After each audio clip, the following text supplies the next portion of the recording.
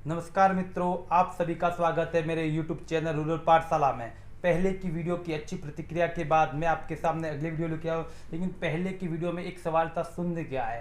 पहला ऑप्शन था सम संख्या, दूसरा ऑप्शन था विषम संख्या, तीसरा ऑप्शन था इन दोनों और चौथा ऑप्शन था इनमें से कोई नहीं। तो इसका आंसर होगा इनमें से कोई नहीं। उसको आगे पढ़ेंगे, लेकिन उससे पहले एक और वीडियो, उसी वीडियो में एक और अपने टॉपिक था भाज्य संख्या, यौगिक संख्या और संयुक्त संख्या।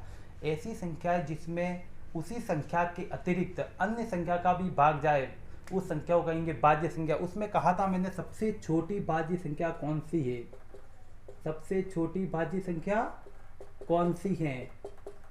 तो सबसे छोटी भाज्य संख्या 4। सबसे छोटी समभाज्य संख्या कौन सी है, वही उत्तर होगा 4 ही होगा। और दूसरा प्रश्न कहा था सबसे छोटी विषम भाज्य संख्या कौन सी है, तो सबसे छोटी विषम भाज्य संख्या कौन सी है, 9। लेकिन उस वीडियो में मैंने 15 कहा था, क्योंकि वीडियो की अच्छे प्रतिक्रिया मिली मुझे, उसमें कमेंट आए और मैंने देखा कि बहुत सारों ने वीडियो देखा और कमेंट किए। इसके कारण मैं इसी वीडियो को वापस बताया मैंने। अब बात करते हैं हम प्राकृत संख्या के बारे में। प्राकृत संख्या, प्राकृत संख्या के वैसे तो बहुत टाइप से, लेकिन देखें तो प्राकृत संख्या के अंदर ही आती है सम और विषम। और प्राकृत संख्या आपको पहले ही वीडियो में बता दिया था, प्राकृत संख्या कहाँ से शुरू होती है। प्राकृत संख्या 1 से शुरू होकर अनंत तक चलती है। तो सम संख्या ऐसी संख्या जिसमें 2 का भाग पूरा पूरा जाए, वे संख्या कहलाएगी सम संख्या। और ऐसी संख्या जिसमें 2 का भाग पूरा पूरा नहीं जाए, वे संख्या कहलाएगी विषम संख्या। इसमें है 2 का भाग पूरा पूरा, इसमें है 2 का भाग पूरा पूरा नहीं जाए।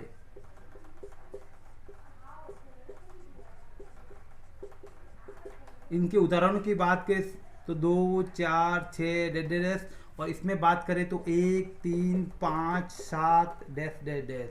तो न प्राकृत संख्या में 0 नहीं आता है, इसलिए प्राकृत न तो सम संख्या है और न ही विषम संख्या। अब बात करते हैं हम अभाज्य गुणनखंड के बारे में। अब कोई भी संख्या आपको दे कि ये संख्या अभाज्य संख्या या नहीं, तो अभाज्य संख्या को जांच करने की विधि। माना कि संख्या में प्रश्न अपने को पूछ लिया 253 अभाज्य संख्या है या नहीं।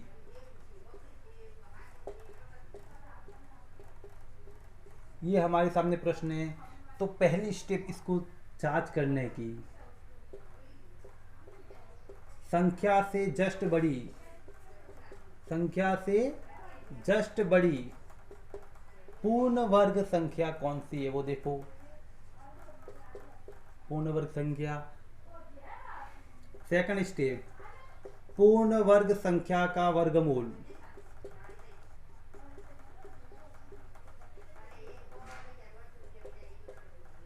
थर्ड स्टेप,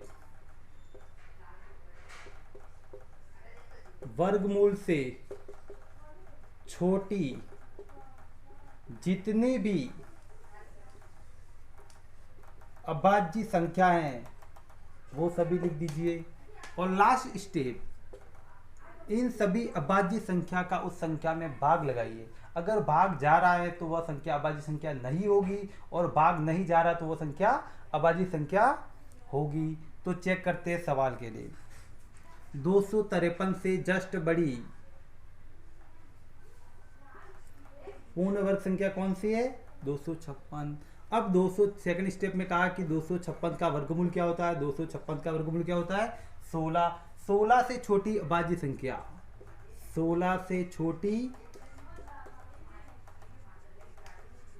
अभाज्य संख्या के बारे में बात कर रहे हैं। तो 16 से छोटी अभाज्य संख्या 2 है, 3 है, 5, 7, 11, 13। ये सभी 16 से छोटी अभाज्य संख्या है। अब इनका भाग हम 253 में लगा रहे हैं। 253 में 2 का भाग नहीं जा रहा है, 253 में 3 का भाग, 5 और 3 8, 8 और 2 10, अंकों के योग में 3 का भाग नहीं है, तो इसमें भी 253 में 3 का भाग नहीं जा रहा है। 253 में 5 का भाग देके 253 में 5 इकाई अंक 0 या 5 हो तो 5 का भाग जाएगा, तो इसमें भी भाग नहीं जा रहा है। 253 में 7 का भाग, 7 या 21, 7 या 21, 4 या 3, तो इसमें 7 का भाग भी नहीं, क्योंकि 42 से 7 छंग 42, एक शेषफल रहेगा। अब बात करते हैं 11 की। 253 में 11 का भाग, 53 में ऐसे भी देख सकते हैं डायरेक्ट विधि, 11 का भाग 11 2 22, 3 से इस पर ऊपर से 3 लिखिए, 3 बार जाएगा। 11 का भाग पूरा पूरा जाने के कारण 253 अभाज्य संख्या नहीं है, अभाज्य संख्या नहीं है। साथ साथ में वीडियो को पॉज करते हुए नोट करते जाए, नोट कर लिया होगा। अब बात करते हैं हम अभाज्य गुणनखंड के बारे में। अभाज्य गुणनखंड, इसी के साथ कुल गुणनखंड, इसी के बाद तीसरा प्रश्न और अभाज्य भाजक। तीनों प्रश्नों का आंसर अपन निकालेंगे। प्रश्न दे रहे हैं 45 संख्या ली, 45 में अभाज्य गुणनखंड कितने होंगे, 45 में अभाज्य भाजक कितने होंगे और 45 के कुल गुणनखंड कितने होंगे। तो सॉल्व करते हैं। 45 में सबसे पहले 2 का भाग चेक करेंगे, सबसे छोटी अभाज्य संख्या 2 है, फिर 2 के बाद 3 का भाग इसमें जा रहा है, 3 का भाग इसमें जाएगा 15 बार, फिर वापस देखेंगे 2 का नहीं जा रहा, 3 का जा रहा, 3 का भाग इसमें जा रहा है 5 बार, और पूर्ण देखेंगे तो 5 का भाग 5 में 1 बार जाएगा। तो 45 के गुणनखंड देखिए तो 45 के गुणनखंड 3 इंटू 3 इंटू 5। इसको और सिंप्लीफाई कर दे, 3 की घात 2 इंटू 5 की घात 1। पहला प्रश्न उसने पूछा है कि अभाज्य गुणनखंड की संख्या। तो 45 में अभाज्य गुणनखंड की संख्या देखना है तो घातों का योग कर दीजिए।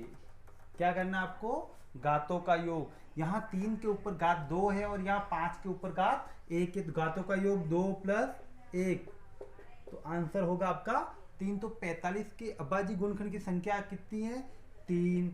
अब प्रश्न दूसरा है कुल गुणनखंड की संख्या, कुल गुणनखंड की संख्या। तो अभाज्य जो संख्या दे रखी है आपके गुणनखंड की, उसमें जो पावर दे रखी है, घात दे रखी है, घात सभी घातों में एक एक जोड़ते हो उनका गुणा करो। यहाँ पे घात कितनी है 2, 2 में 1 जोड़ो, फिर यहाँ पे घात कितनी है 1, 1 में 1 जोड़ो और इन दोनों का आपस में गुणा करो। 2 और 1 कितने होंगे 3 इंटू 1 इंटू 1 2, 3 इंटू 2 क्या हुआ 6। तो 45 के कुल गुणनखंड की संख्या होगी 6। तीसरा प्रश्न है अभाज्य भाजक। अभाज्य भाजक, अभाज्य भाजक का मतलब ये होता है 45 पे कौन कौन सी अभाज्य संख्या का भाग जा रहा है या कितनी संख्याओं का भाग जा रहा है अभाज्य वाली। तो एक तो है 3 और एक है 5, तो 45 में 3 और 5 का भाग जा रहा है, तो अभाज्य भाजकों की संख्या कितनी होगी 2। नोट करते जाइए, वीडियो को लाइक शेयर करते जाइए। अब हमारे सामने प्रश्न है 96 के अभाज्य गुणनखंड एवं गुणनखंडों की संख्या क्या होगी। तो सबसे पहले 96 के अभाज्य गुणनखंड करेंगे।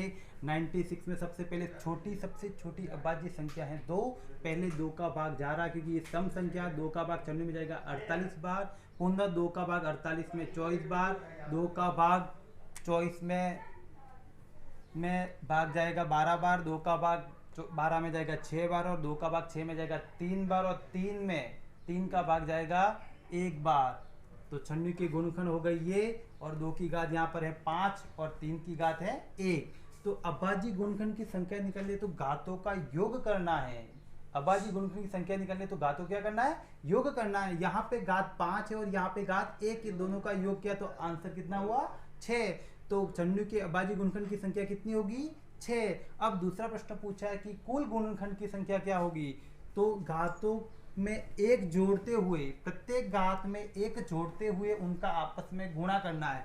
सबसे पहले घात 5 है, 5 में 1 जोड़ा कितना हुआ 6, और यहाँ पे घात 1 है, 1 में 1 जोड़ा तो आंसर हुआ 2, 2 का गुणा 6 के साथ करेंगे 12। अब हमारे पास प्रश्न है 18 की घात 5, 12 की घात 4 और 19 की घात 7 और 20 की घात 2 सभी हैं इंटू में के सभी अभाज्य गुणनखंडों की संख्या क्या होगी। ऑप्शन में दे रखा है पहला 20, ऑप्शन बी दे रखा है 18 ऑप्शन सी, 40 ऑप्शन डी, 50। अब आंसर चेक करेंगे क्या होगा। सबसे पहले 18 के गुणनखंड कीजिए। कैसे करने? 18 के गुणनखंड इस प्रकार करने, 2 का भाग 18 में जा रहा है 9 बार, और 9 में 3 का भाग जा रहा है 3 बार, और 3 में 3 का भाग जा रहा है 1। तो 18 के गुणनखंड क्या हुए? 2 इंटू 3 इंटू 3 की घात 5। इसी तरह 12 के गुणनखंड करने आपको। 12 के गुणनखंड 2 6, फिर 2 का जाएगा 3 बार और 3 का जाएगा 1 बार, तो 2 इंटू 2 इंटू 3 की घात 4। 19 के गुणनखंड नहीं हो रहे, तो 19 का 19 रहेगा 7, क्योंकि 19 स्वयं अभाज्य संख्या है। अब लास्ट है 20, तो 20 के गुणनखंड चेक करेंगे। 20 में 2 का भाग 10 बार, 2 में 10 का 5 बार, और 5 में 5 का जाएगा 1 बार। तो 20 के गुणनखंड 2 इंटू 2 इंटू 5, और इनके ऊपर घात दे रखी है 2। ये सभी संख्या हैं अभाज्य संख्या। इन सबको अलग भी कर सकते हो, मैं आपको बताऊंगा अब शॉर्ट ट्रिक से कैसे करते हैं इसको। तो यहाँ पे 3 हुई, यहाँ पे कितनी हुई गिनो 3, यहाँ पे संख्या कितनी हुई 1, और यहाँ पे अभाज्य संख्या कुल कितनी हुई 3। इनका आपस में गुणा कर दीजिए। तो 3 का गुणा 5 के साथ क्या होगा? 15। इसी तरह 3 का गुणा 4 के साथ करेंगे क्या होगा? 12। 1 का गुणा 7 के साथ करेंगे 7, और 3 का गुणा 2 के साथ करेंगे तो 6 आएगा। इनको जोड़िए तो 12 और 15, 12 12 24, 24 और 3 27, 27 और 7, 27 और 7 34, 34 और 6 40। तो इस प्रश्न का उत्तर होगा ऑप्शन नंबर सी 40। नोट करते जाइए आप। अब हमारे सामने प्रश्न है 1 2 3 4 5 प्रश्न। पहले हम पहले प्रश्न को सोल्व करेंगे। 50 की घात 10 इंटू 2.5 की घात 3 इंटू 2.4 की घात 7 में अभाज्य गुणनखंडों की संख्या होगी। तो चलिए सोल्व करते हैं इसको। 50 के गुणनखंड होंगे 2 इंटू 5 इंटू 5 की घात होगी 10, 5 का गुणा 5 के साथ 25, 25 का डबल 50। इसी तरह अब इसको सॉल्व करना है, तो 2.5 को दशमलव हटाएंगे, दशमलव हटा दिया संख्या होगी 25। दशमलव के बाद कितने अंक हैं? तो अंक एक ही है, संख्या एक ही है। तो एक जीरो वाली संख्या क्या होती है? एक जीरो वाली संख्या होगी 10 लगा दिया और दशमलव हटा दिया, इंटू 2.4, तो पहले पॉइंट को हटा दो, क्या हो गया संख्या 24, और दशमलव के बाद कितने अंक के? एक अंक, एक अंक वाली संख्या क्या होगी 10 के ऊपर घात लिख दी। यहाँ पे 2 इंटू 5 की घात हो गई 10, इंटू 25 के गुणनखंड 5 इंटू 5, इसको अलग कर दो, घात 3 बटे 2 इंटू 5 की घात हो जाएगा 3, इंटू 24 के गुणनखंड 24 के 2 इंटू 2 इंटू 2, ये हो गए 8, 8 तिया 24 की घात 7 बटे 10 के लिए होगा 2 इंटू 5 की घात 7। सभी को अलग कर दिया एक बार। अब देखते हैं यहाँ पे कितने अभाज्य संख्या। यहाँ पे अभाज्य संख्या 3 है, यहाँ पे अभाज्य संख्या कितनी है 3, यहाँ पे कितनी अभाज्य संख्या? यहाँ पे 2 है। यहाँ पे कितनी अभाज्य संख्या? यहाँ पे 4 है। तो 3 का गुणा 10 के साथ करेंगे तो क्या होगा 30, प्लस यहाँ 2 है, 2 का गुणा 3 के साथ तो क्या आएगा आंसर 6, प्लस यहाँ पे संख्या 4 है अभाज्य के, 4 का गुणा 7 के साथ तो 28, बटे में जो भी संख्या बटे वाली उसको माइनस करना अपने को। तो बटे में 2 और 5 कितनी संख्या 2, 2 का गुणा 3 के साथ 6, और यहाँ पे भी 2 है, 2 का गुणा 7 के साथ तो 14। इन तीनों को जोड़ेंगे 28 और 6, 28 और 6 34, 34 और 30 64, माइनस 6 और 14 कितने हुए 20, 64 में से 20 कराएंगे तो आपका आंसर आ जाएगा 44। बाकी के प्रश्नों में 17 की घात 100, 15 की घात 50, 40 की घात 10, 30 की घात 4 को सोल्व करेंगे। 17 की घात 100, फिर 15 के गुणनखंड किए, पहले 3 का भाग, फिर 5 का भाग जा रहा है एक बार, फिर 40 के गुणनखंड किए तो 2 का भाग 40 में 20 बार, 20 में 2 का भाग 10 बार, और 10 में 2 का भाग 5 बार, 5 में 5 का भाग जाएगा एक बार, फिर 30 में 2 का भाग जाएगा 15, 15 में 3 का भाग जाएगा 5 बार, 5 में 5 का जाएगा एक बार। इन सबको गुणनखंड के रूप में लिख दिया गया है। अब बात करते हैं हम इसमें गुणनखंड कितनी अभाज्य एक संख्या है, इसमें कितनी संख्या है, इसमें अभाज्य संख्या 2 है, इसमें 4 अभाज्य संख्या और इसमें 3 अभाज्य संख्या है। इन सभी संख्याओं का गुणा घातांक से करेंगे। 1 का गुणा 100 के साथ, 100, 2 का गुणा 50 के साथ, 100, 4 का गुणा 10 के साथ, 40 और 3 का गुणा 4 के साथ, तो आंसर आएगा 12। इन सब का तो जो गुणा करते हैं उसके बाद ऐड करेंगे तो 2 और 0 जोड़ेंगे तो 2, 1 और 4 जोड़ेंगे 5 और 1 और 1 2, तो कुल अभाज्य गुणनखंड की संख्या होगी इस सवाल में 252। नोट कर लीजिए। अब बात करते हैं सेकंड सवालों की। तो सेकंड सवाल में 6 के गुणनखंड होंगे 2 × 3 की घात दे रखा 20 इंटू 7 के गुणनखंड कुछ नहीं होता 7 का 7 घात 30 इंटू 20 के गुणनखंड 2 × 2 4 4 पंजा 20 घात में 10 और 15 के गुणनखंड 3 × 5 की घात 5 लिख दिया गया।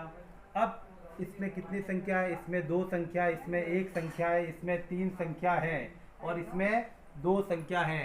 अब इनका गुणा के घातों का इन संख्याओं से गुणा करेंगे। 20 का गुणा 2 के साथ करेंगे 40, 1 का गुणा 30 के साथ करेंगे 30, 3 का गुणा 10 के साथ करेंगे तो आंसर आएगा 30 और 2 का गुणा 5 के साथ करेंगे तो आंसर आपके आएगा 10। सभी को जोड़ना है, 0 0 0 ही होगा, 1 और 3 4, 4 और 3 7, 7 और 4 11, तो आपका आंसर अभाज्य गुणनखंड की संख्या क्या आएगी 110। नोट कर ली।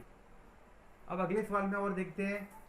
अगला सवाल है अपना 6 की घात 10। तो 6 की अभाज्य गुणनखंड 2 × 3 की घात 10, 7 के अभाज्य गुणन नहीं होते तो 7 का 7 ही लिखा ऊपर घात 17, 5 के अभाज्य गुण नहीं होते तो 5 का 5 लिखा ऊपर घात 55 और 11 के अभाज्य गुणनखंड नहीं होते इसलिए उसके ऊपर घात 121। ये 6 के अभाज्य गुण कैसे आए तो देख लीजिए। 6 के अभाज्य गुण ऐसे आएंगे 2 का भाग 6 में 3 बार, 3 का भाग 3 में 1, ये आपके अभाज्य गुणनखंड हो गए।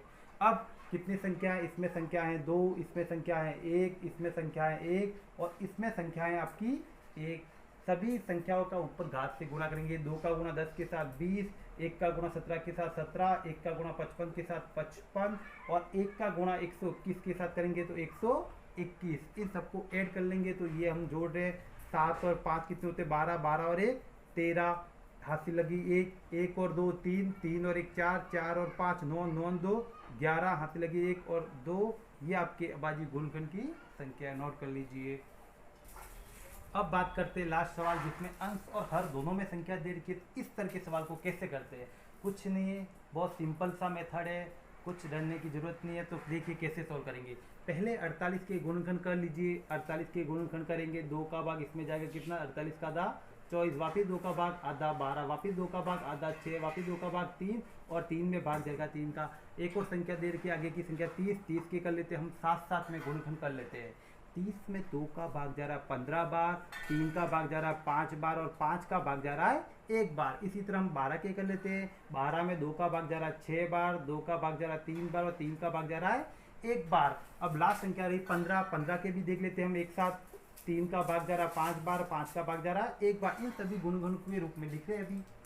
पहले 48 में 2 × 2 × 4 बार 2 हैं तो 1 2 3 4 बार 2 और 1 बार क्या है 3 है। इसके ऊपर घात कितनी है, ऊपर घात है 20 इंटू 30 के गुणनखंड 2 × 3 × 5।